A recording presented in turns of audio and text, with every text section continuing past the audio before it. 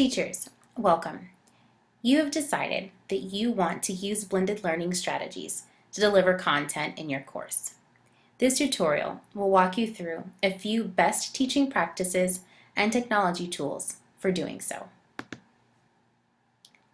Let's begin by taking a look at the objectives for this tutorial. You, the teacher, will be able to identify best practice strategies for content delivery in a blended learning classroom.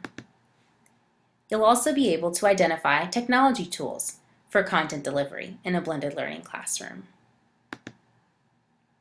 Let's review some of the context behind this focus area.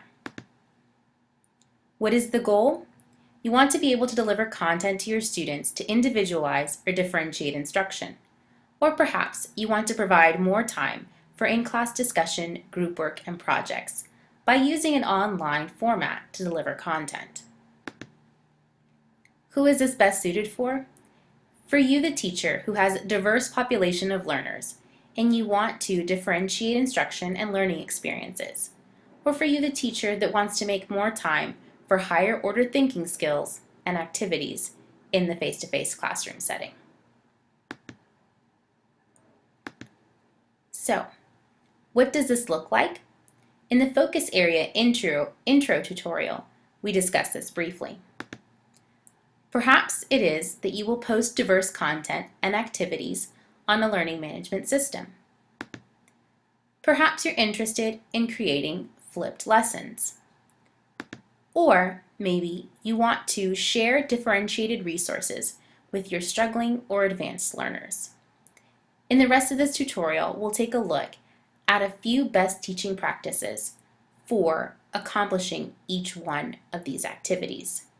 We'll also take a look at the best technology tools and resources that you can use to accomplish these goals. Let's begin by looking at a few best practice strategies for using a learning management system to deliver content in your course. A few things to remember. You need to be able to set clear expectations and course goals. Post the lesson objectives on the Learning Management System site so that students know exactly what is expected of them and what they're supposed to do. Practice consistency. It's important that if you begin using a learning management system that you follow through and that students know exactly when, where, and how items, activities, and lessons will be posted onto the Learning Management System site. The more consistent you are with your use, the easier it will be for students to use, and the better management you'll have of the system itself. Determine early on in your curriculum and in your course what content can and cannot be moved online.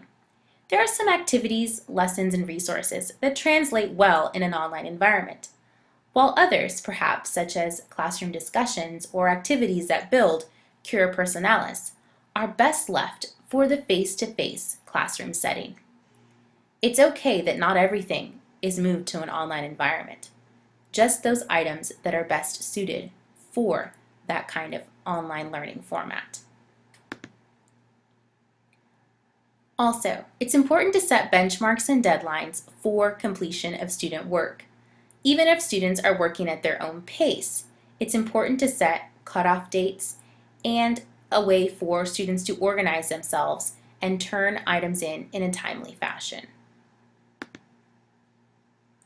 Finally, make connections between what students are learning in the online learning environment through the LMS with what you are doing and learning in the classroom, so that students do not feel that the work that they are completing online lives in isolation from what they are doing in the course. These are just a few best practice strategies for using a learning management system to deliver content.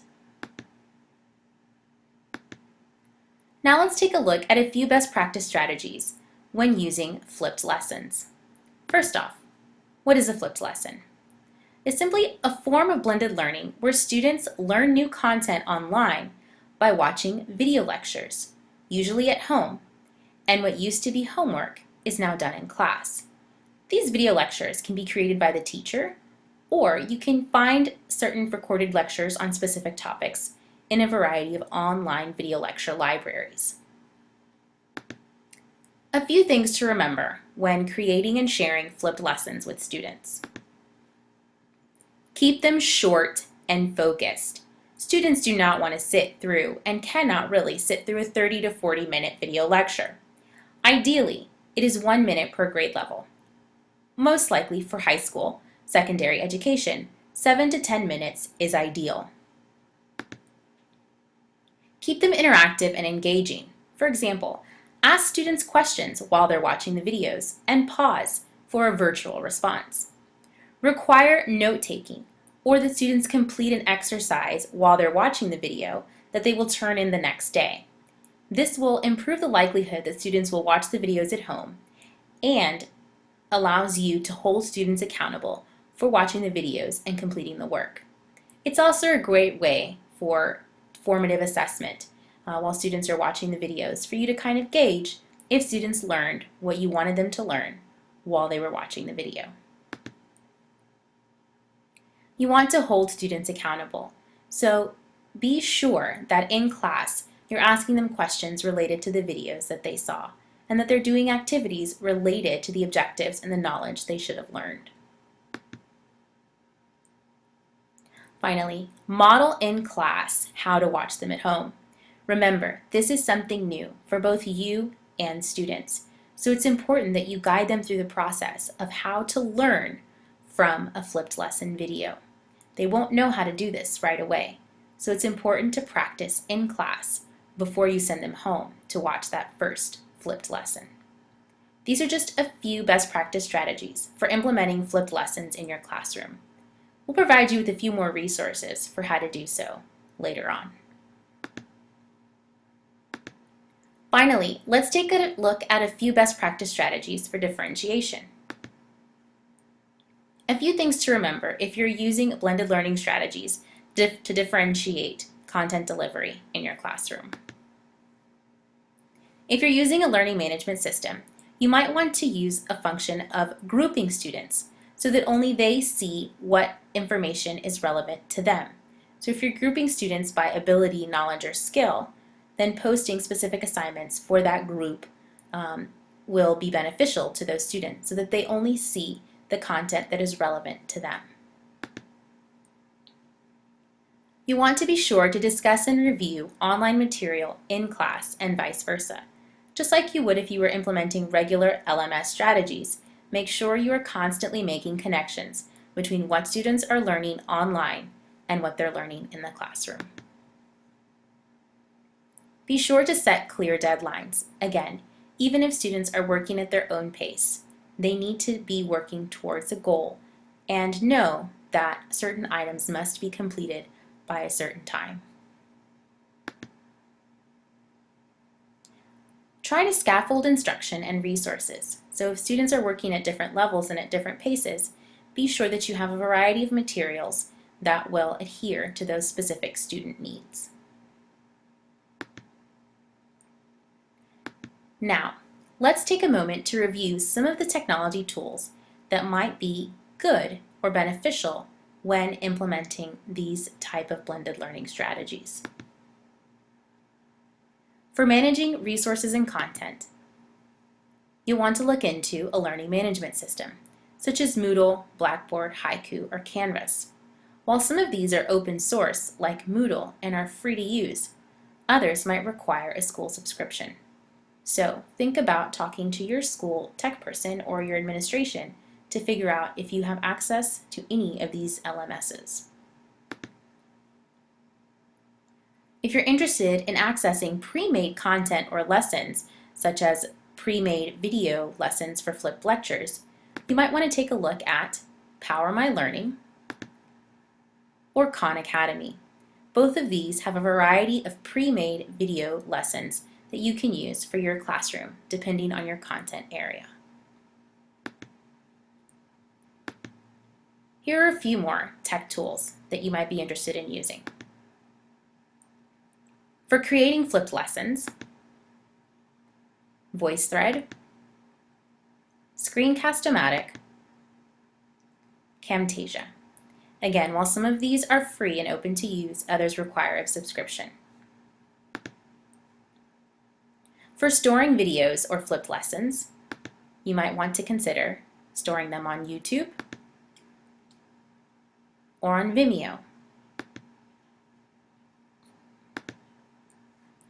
Finally, in the rest of this Blend space, you'll find a few video examples of how teachers are using a variety of these strategies in their own classrooms. The first video looks at using a learning management system in a math class to differentiate instruction. The second video looks at a language arts classroom and how they created a multimedia study guide. And the third video overviews what a flipped lesson is and how it was used in a science class to create in-time class for labs and higher order thinking. Let's take a moment to review and reflect on what we've learned. So what are some of the ways that you can deliver content using blended learning strategies? That's right, you can use an LMS, you can incorporate flipped lessons or videos, or you can post differentiated resources and activities. What are flipped lessons? Right, that's when you have video recorded lessons that students watch at home and then complete practice work or group work activities and higher order thinking skills in the classroom. So now that you've learned a little about how you can deliver content in a blended learning environment and what tech tools you can use, how will you use blended learning strategies to deliver content in your course? Think on and reflect what specific goal you have for content delivery in your blended learning classroom.